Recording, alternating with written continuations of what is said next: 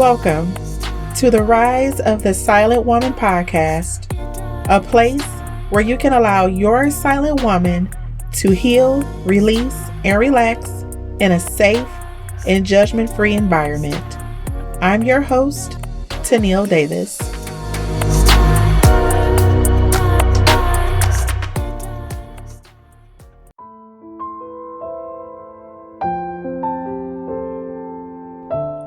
Many women around the world have been affected by postpartum depression or PPD. It doesn't matter your race, your color, national origin, religion, or age. Postpartum depression does not discriminate. According to WebMD.com, postpartum depression or PPD is defined as a complex mix of physical, emotional, and behavioral changes that happen in some women after giving birth. PPD is a form of depression that begins 4 weeks after delivery. Postpartum depression is based not only on the length of time between delivery and onset, but the severity of the depression.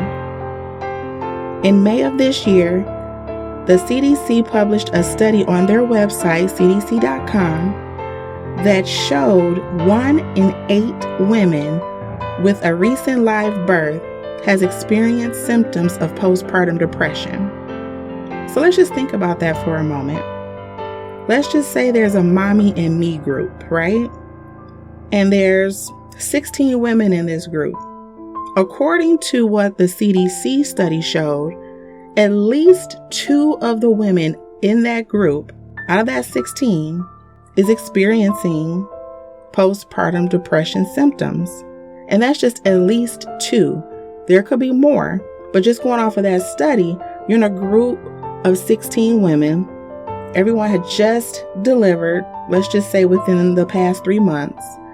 And at least 2 of the women in that group are dealing with postpartum depression symptoms. That's crazy to me. It's too many. This is supposed to be a good time, a happy time. You've just delivered your baby. You're supposed to be enjoying the bundle of joy you've just delivered. You've carried, for 9 or 10 months. You've been waiting on this. And then the moment comes and you're feeling this sadness, this wave of depression over you. This is something that has to be done. It's not talked about enough. I did some more research. The MayoClinic.com shows most women experience depression during pregnancy, but some women chalk it up to their hormones being out of whack, due to being pregnant, which in some cases is true. But in other cases, most of the time, the mother is depressed. You may be experiencing excessive anxiety, low self-esteem, low libido, thoughts of suicide, no support or lack thereof. We have all these stressors on our lives, especially during pregnancy. Your life stressors, you're maybe in poverty, lack of transportation, you and the baby's dad is no longer together or you're arguing. Your environment, you're not in a good place, a safe environment. You're feeling hopelessness. The silent woman in you beating yourself up for your life choices. And of course you're feeling this way because you may be a single mom, or you have a partner, a husband, a significant other, but you're still, quote unquote, a single mom, taking care of baby yourself. The dad, or the partner is not involved. You're getting up in the middle of the night. You're changing diapers. You're making bottles. You're seeing after that colicky baby. Even though you have that partner, you still feel like you're a single mom. You're doing it all by yourself. With postpartum depression, symptoms are more intense than just, maybe feeling, your normal depression. Everything is intensified and everything lasts longer. Again, having depression during pregnancy can progress into postpartum depression. Postpartum means after birth. So after the birth, you're feeling depression, but everything is intensified. You have severe mood swings, you're crying all the time, difficulty bonding with baby, not sleeping or lack of sleep, not getting enough sleep. It's almost as if you're withdrawn from life, just not wanting to deal with anything. You're exhausted, fatigued, you want to hurt yourself, maybe hurt baby, or maybe you're feeling some guilt. I know that was some of the things that I was dealing with when I was going through postpartum depression 18 years ago. As a matter of fact, 18 years ago today, I was a single mom. I had just had a baby 6 months prior to. I was pregnant again and pregnant by someone else, not my 6-month-old dad. So I was feeling ashamed of myself because I wasn't raised that way. I was depressed. I felt alone. I was doing it all by myself, no help, and neither dad was in the picture. So it was just me. And as time went on, time goes by, I get further along into my pregnancy, and then here comes, fast forward delivery. So October 20th, 2005, I had my second baby. And when they brought her in the room after I had the C-section, I got my rest, the nurses brought baby in. And I remember looking at her. She was so pretty, but I didn't want to hold her. I didn't really want nothing to do with her. And they asked me, did I want to hold the baby? And I'm thinking, no, I really don't. But I don't want them to think something is wrong with me because, that's not normal. After carrying your baby for 9 to 10 months, you're ready to see your baby. You're ready to have baby. You're ready to give baby kisses and hugs and just all this love. But I didn't want to do that. But I didn't tell them that. I said, sure, yeah, I want to hold my baby. So they handed me the baby and I'm just looking at her. I knew something was off. Something was different. Because when I had my first daughter, it was instant, that connection, whatever that feeling is as a mom, that click. I didn't have that with my second daughter.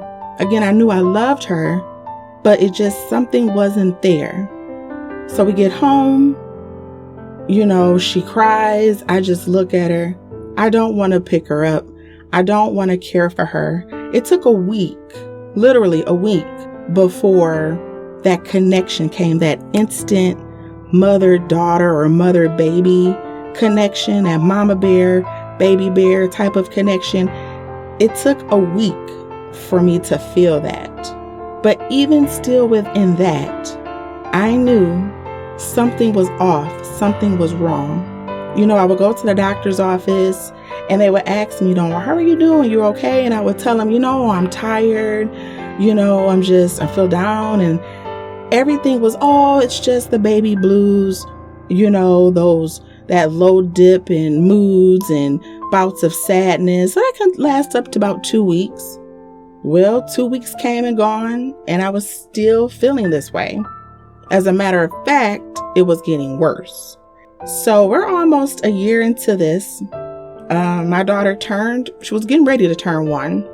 And I remember saying to a relative, a loved one, I think something is wrong. Something is off. I don't know what it is, but I'm depressed all the time. I don't know what this is. I don't want to deal. And the person said to me, well, you can't have postpartum depression a year after having your baby, so don't say it's that. I was like, okay. I didn't know much about postpartum depression. I had heard about it.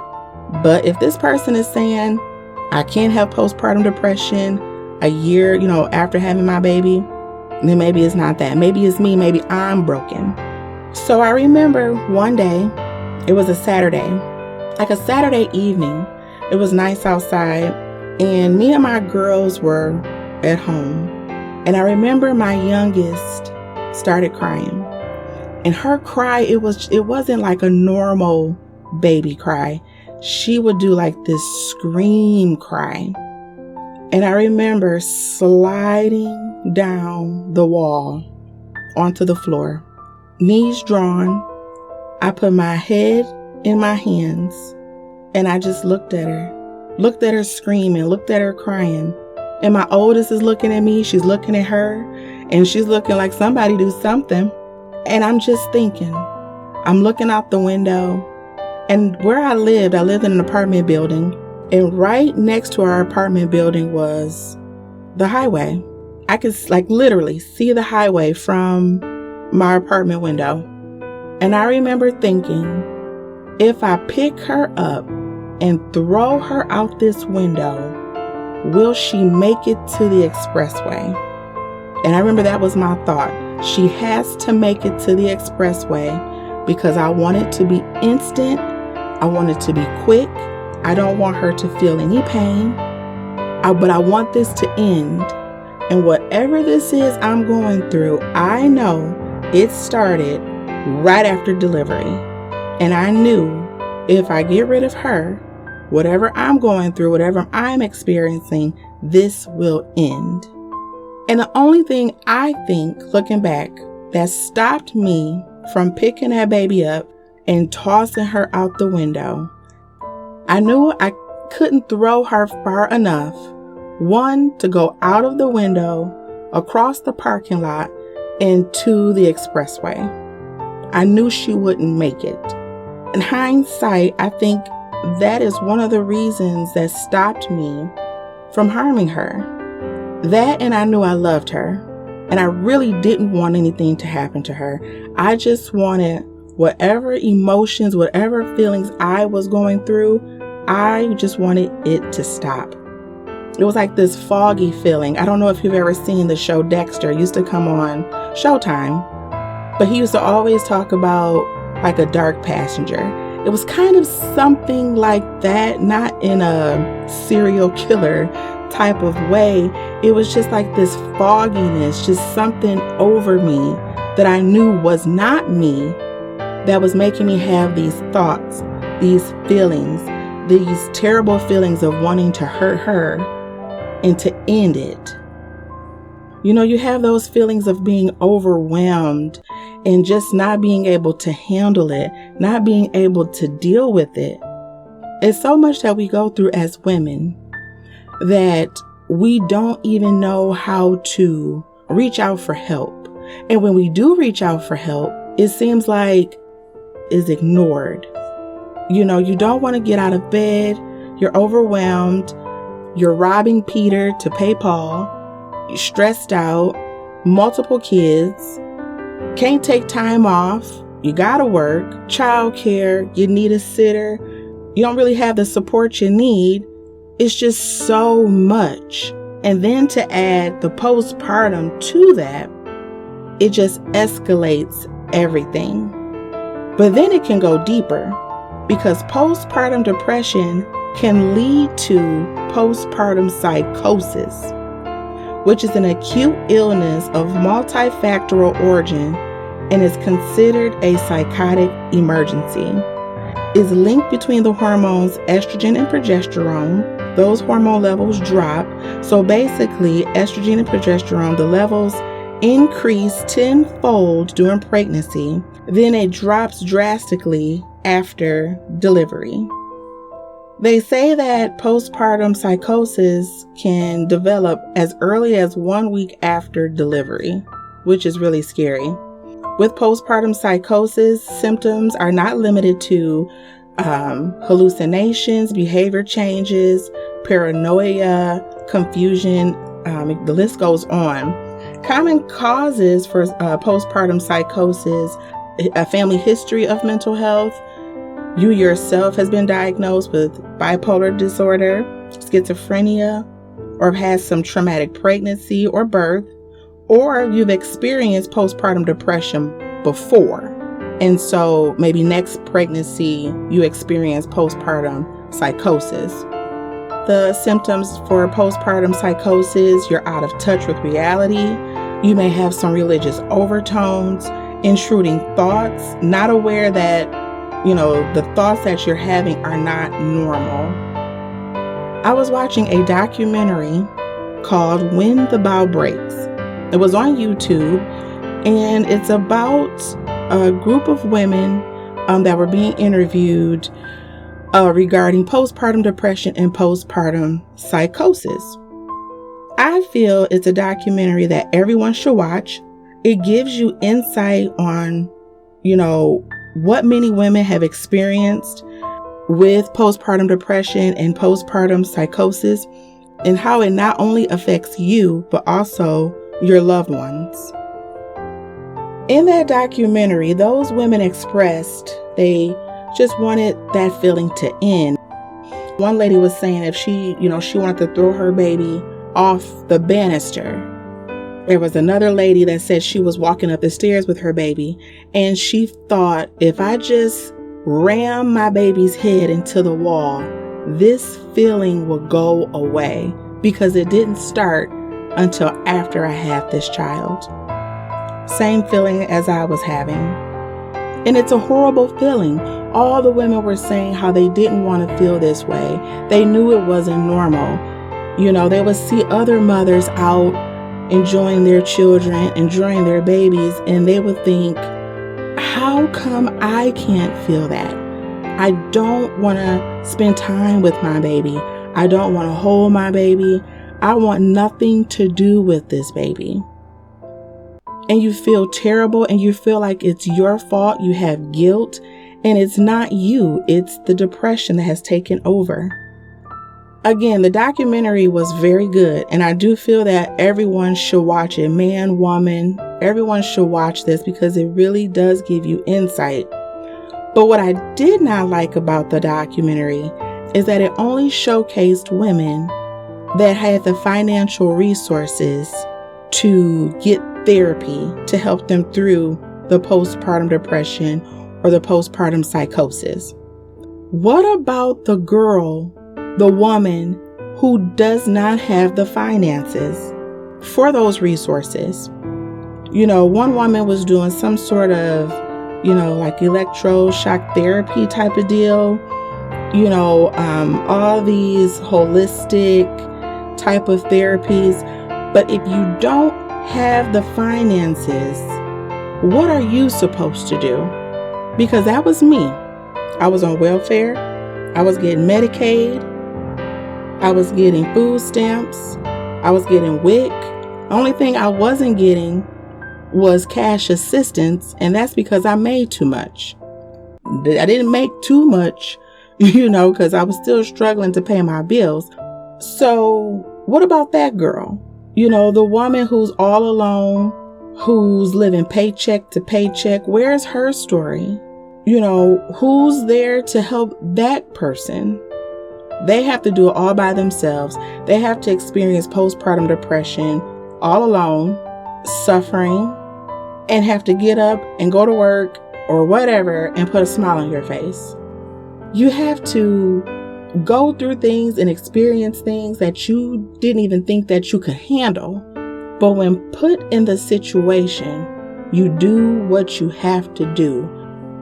Our silent woman allows us to break down when we need to and hold us up when we need to. Smile when we don't feel like smiling. Laugh when you don't want to laugh. Go out when you don't want to go out. Sometimes, we have to push ourselves, and that's the silent woman in us, pushing us to go another day. And that's exactly what it feels like when you're going through postpartum depression. There are some recent stories about women who have dealt with postpartum depression or postpartum psychosis. For example, Andrea Yates of Houston in 2001, in the suburbs, drowned all 5 of her kids. She had documented PPD and postpartum psychosis and a suicide attempt. A more recent story, Dr. Crystal Cassetta, August of 23, in New York, a cancer doctor, murder-suicide.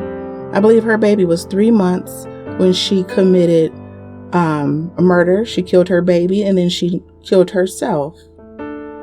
Within that story about Dr. Crystal, there was another lady mentioned. Claire O'Brien of Nashville in 2017 had thoughts of putting a knife through her baby's skull. So see, you're not alone in these thoughts. But when you have them, please seek help. Please seek help. Make someone listen to you. When you go to your doctor and they give you that postpartum depression screening form, fill it out to the best of your ability. Fill it out honestly. Shake your provider. Let them know, hey, something is not right with me. I need this to be addressed. I need help. I'm drowning here and I don't know what to do. I want to harm myself, or I want to harm my baby or my children. And it's not something that I want to do, but there are feelings that I'm having, thoughts that I'm having, and I'm scared that I'm going to act on them. Make someone listen to you. It is so important. So important that you don't sit on this and just chalk it up to sadness or just some light depression. It's so much more than that. And for the woman that is listening, if you know someone who has recently had a baby, or it's months after they had a baby and something doesn't seem right, or they say something to you, don't ignore them. Talk to them, ask questions. Hey, are you okay? How are you feeling? Remember, you have to check on your strong friends. A lot of people don't think you do, but strong people need to be checked up on too. Let that person know, hey, I'm here for you, whatever I can do. If you need a ride to your doctor's office or whatever the case may be, I'm there for you. Be there for that woman. Don't let them go through this alone. It's not fair. And remember to seek help immediately if you're having thoughts of suicide or thoughts of, killing your baby. I should have reached out. I should have got more professional help. I didn't.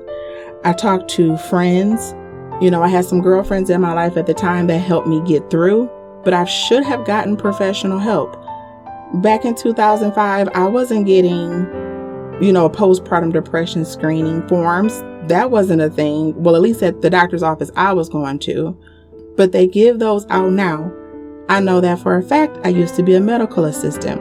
So I've been on both ends, both sides of the scale. One, as a postpartum depression patient, and two, as a medical assistant passing out postpartum depression screenings. I remember there was this one young lady that would come into the doctor's office. She had just had her baby. And, she would come in all the time. She would fill out her depression screening. And it seemed like with each visit, her screening form would get worse. Well, one time she came in with Dad. And, we were all shocked because she was coming in normally by herself. But at this particular visit, Dad was doing all the talking. He was getting baby undressed. He was doing everything. And Mom was just sitting there, not saying a word. So at the end of the visit, I go in to give them their discharge paperwork. And I see their depression screening. And I say, hey, did you guys, show this to doctors? Did they see this? And Dad said, yes, she saw it. And I'm like, well, what did she say? And he said, well, she's going to have someone give us a call. Someone's going to be contacting us, so we can get some help. He was like, because I told her I don't feel comfortable with Mom and baby alone. So I moved them in with me because I don't feel she needs to be left alone, with baby. So I'm like, okay, well, at least it got addressed. Someone will give you guys a call. You guys just hang in there. Well, a couple months go by. The doctor says to me, hey, call so-and-so. Baby's due for immunizations. So I call and the number's disconnected. And she was like, oh, well, I guess that they've moved or, maybe they're seeing another provider. Just mail out a letter. And I'm like, well, did you see her depression screening? She goes, yeah, it was off the charts. And I'm like, well, do you know whatever happened? She was like, yeah, I gave her some resources. So, hopefully they reached out to her. Now, I know doctor isn't Mom's doctor. She's baby's doctor. I get that. But to some degree, that mother is your patient as well, especially when that person's postpartum depression screening is through the roof. Like, where is the follow-up? Where is the, hey, are you okay? Is there something we can do for you? I mean, there was nothing. So I always wondered what happened to that mom, what happened to baby, what happened to dad, because we never saw them again. So remember, ladies, if you are experiencing depression or sadness during your pregnancy or after delivery, please seek help immediately.